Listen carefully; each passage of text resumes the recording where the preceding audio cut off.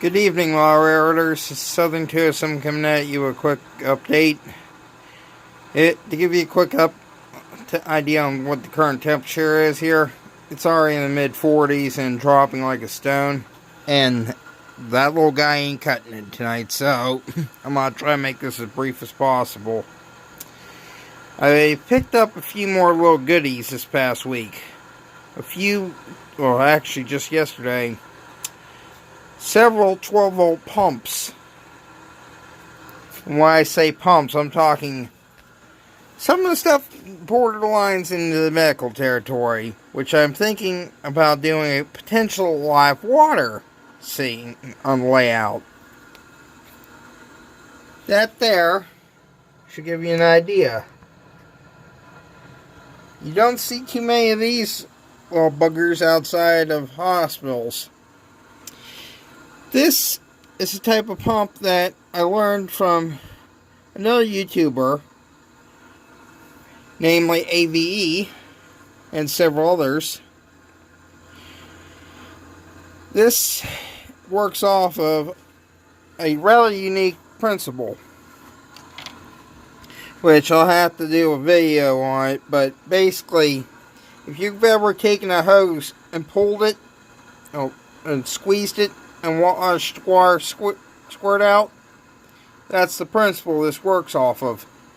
It uses a rounded triangle to continuously pump water.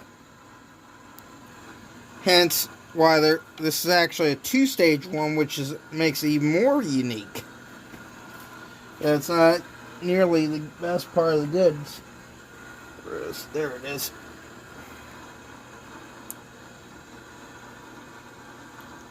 You can see just how big they are. Tiny little things. I picked up a few of them out of there, along with another power supply, which this is the rail mounted type, and a little bit of a quick data check for you guys so you can see. Focus, there we go. 1500 milliamp. You guys should already know where I'm leading with this. LEDs, which I have been working on those too this past week. During scrapping recently, I picked up a stockpile of the small yellow ones, so I went ahead and whipped up some leads. And I also picked up a few more other terminals, and these are a screw type, which I do have a similar one with a relay.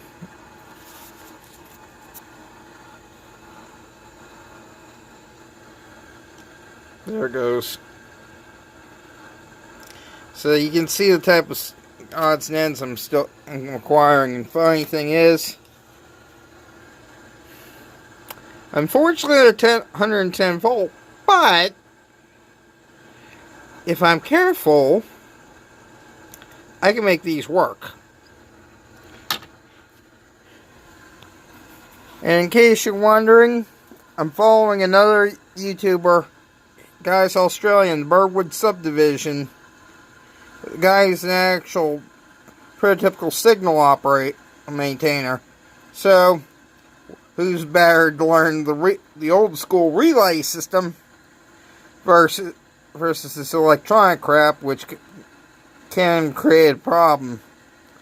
The only electronic component you have to worry about is the detection circuit, because essentially all that detection circuit's creating is an on-off signal, or 0, 1, 0, 1.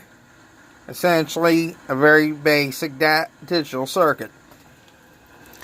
And little known fact, the first digital circuit out there was the telegraph, because there's a positive on and a positive off, hence where Morse code came from. The first digital signal system utilized a very crude and well, we'll just leave it very crude, Morse code system. Which, another little update I'm going to give you guys right now. I am in the process of hooking up a temperature gauge out here, so I know exactly just what the damn temperature is in here at a given minute. I've already got the temperature probe there. I just have to do some tidying up. Which, as soon as all this electrical crap is done, get back on around to running trains. But hopefully I can get a bigger damn heater, because that little thing ain't cutting the mustard. Unless I hook up the second one I just so happen to have. Yes, I might be ground squirreling some odds and ends for just such an occasion. But I might pop in and do a live stream tomorrow night, where I might play, if I can get Train Simulator 2019 reinstalled on my desktop. And we might do a little bit of live streaming. And I'm debating about either using Horseshoe Curve or one of the other routes I have. Which I do have the Pennsylvania Coal Hauling Division, aka the Mon Railroad. Now, that railroad wasn't far from where I was born. It was in West Brownsville, it was where their main yard was. But a little known fact that most people don't know. The yard depicted in that scene is actually the Pennsy side of things. The correct side for the actual Mon Railroad, which I do have a book on it, was the other side of the Mon River in West Brownsville. The side that they're running on is actually East Brownsville. And right where the actual yard and roundhouse and all that is currently is now currently a subdivision. I'll have to break out the book one evening and give you guys a little history lesson on the Mon Railroad. Which, the funny thing is, 2 of their engines actually came from the R&P Railroad. Anyway,